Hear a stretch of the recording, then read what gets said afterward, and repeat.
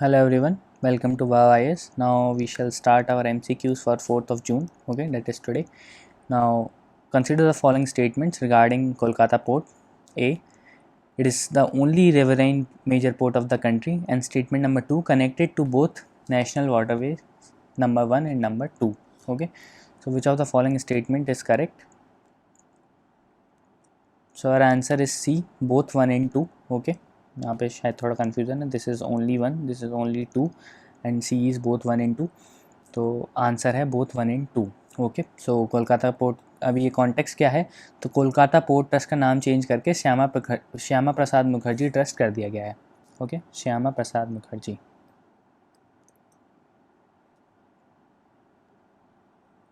Port trust. Okay,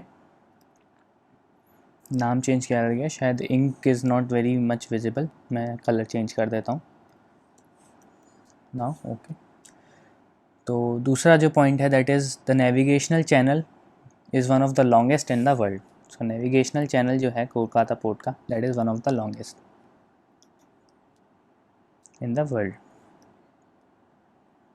one of the longest. Okay, now तीसरा point तो ये है ही कि it is connected to both national waterways 1 and number 2. Okay, so ये गैंजिस से रिलेटेड है. National waterways number 1 and national waterways number 2 is on river Brahmaputra. Okay, तो ये इम्पॉर्टेंट है. Now it is the oldest operating port in India. Oldest operating port, ये British East India company ने बनाया था. Okay, oldest operating port in the country. Now let's move forward. अगला question है, consider the following statements related to central employment guarantee council. Okay, now statement number 1, council was constituted under मनरेगा act 2005. Statement number 2, its chairman is Union Minister of Labour. And statement number 3, it is responsible for a central monitoring and a evaluation system in Manrega. Okay, so which of the statements is correct? Let's see statement number 1, council was constituted under Manrega 2005. This statement is correct. ये मनरेगा act के under ही बनी थी according to section 10 of Mahatma Gandhi national rural employment guarantee scheme.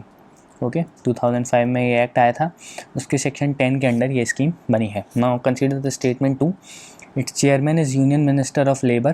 This statement is incorrect. Okay, इसका जो chairman होते हैं वो होते हैं minister of rural development. Union minister of rural development इसके एक्स ऑफिशियो चेयरमैन हैं. एक्स ऑफिशियो, ओके, मतलब यही रहेंगे. Okay, now it is responsible for a central monitoring and evaluation system in Manrega. So this statement is correct. तो statement number 2 incorrect है, बाकी दोनों statement सही हैं. Answer is C, 1 and 3 only. Okay, now annual reports जो ये CEGL बनाती है, that is Central Employment Guarantee Council, CEGC, इसकी जो annual reports होती हैं that are laid in Parliament. Okay, so the annual reports are laid in parliament.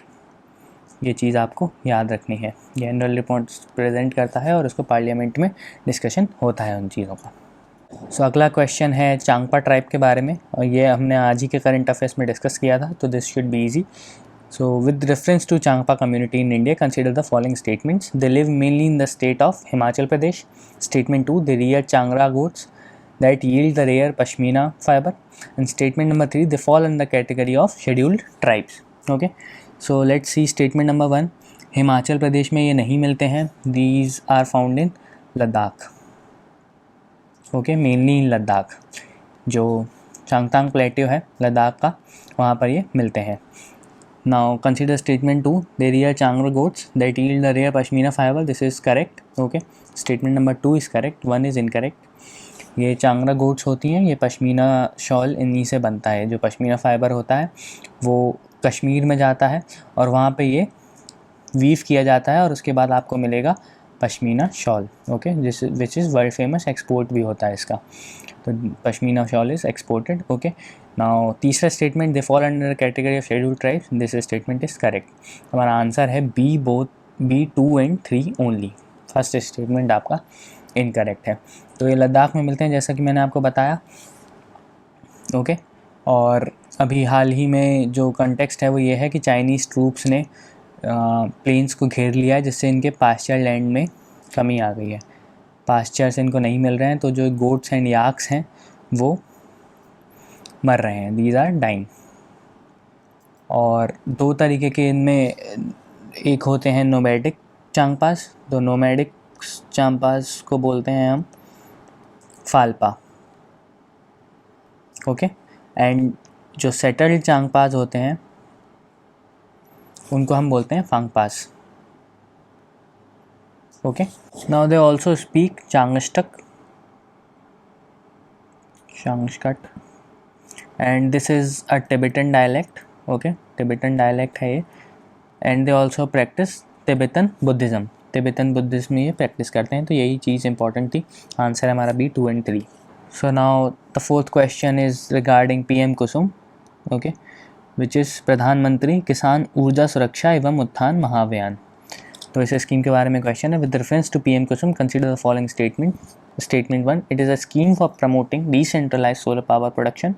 And statement 2, it would provide extra income to farmers by selling additional power to the grid.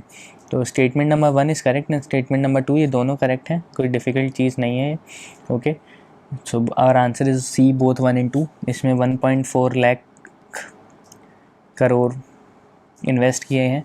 Okay, for promoting decentralised solar power, decentralised solar power. और इसके तहत हमारा aim क्या है? To generate 25,750 megawatt of solar power, additional solar power by 2022। Okay, ये हमारा M है इसके तहत जनरेट करने का। तो इससे क्या फ़ायदा होगा?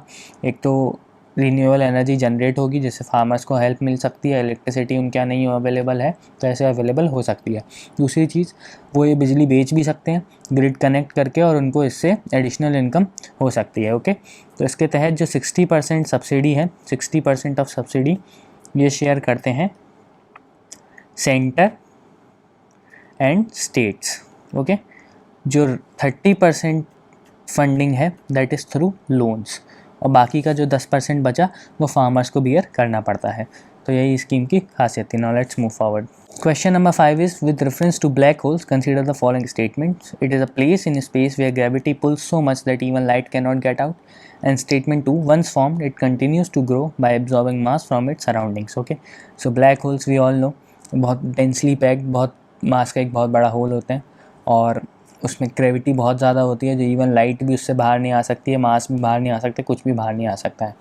तो स्टेटमेंट नंबर 1 जो है वो हमारा सही है। It is a place in space where gravity pulls so much that even light can not get out. Okay, and statement 2, once formed it continues to grow by absorbing mass from its surrounding. This is also true. जो event horizon होता है वहीं पर मास absorb होता है। आप event horizon को ऐसे देख सकते हैं और हल्का सा इल्यूमिनेटिंग होता है और इसके बीच में होता है ब्लैक होल जो कि हर चीज़ सकवन कर लेता है। तो आंसर हमारा सी बोथ 1 and 2। अभी हाल ही में जो लीगो ऑब्जर्वेटरी है, ओके, ग्रेविटेशनल वेव की जो ऑब्जर्वेटरी है, उसने ये ऑब्ज़र्व किया है कि 2 अनइक्वल मासेस के ब्लैक होल, अनइक्वल मास के ब्लैक होल्स ये आपस में मर्ज हो रहे हैं। ओके, तो दीज आर मर्जिंग, इसलिए क्वेश्चन फॉर्म किया गया है। यहाँ हमारा आज का MCQ ख़त्म होता है। हम कल मिलेंगे।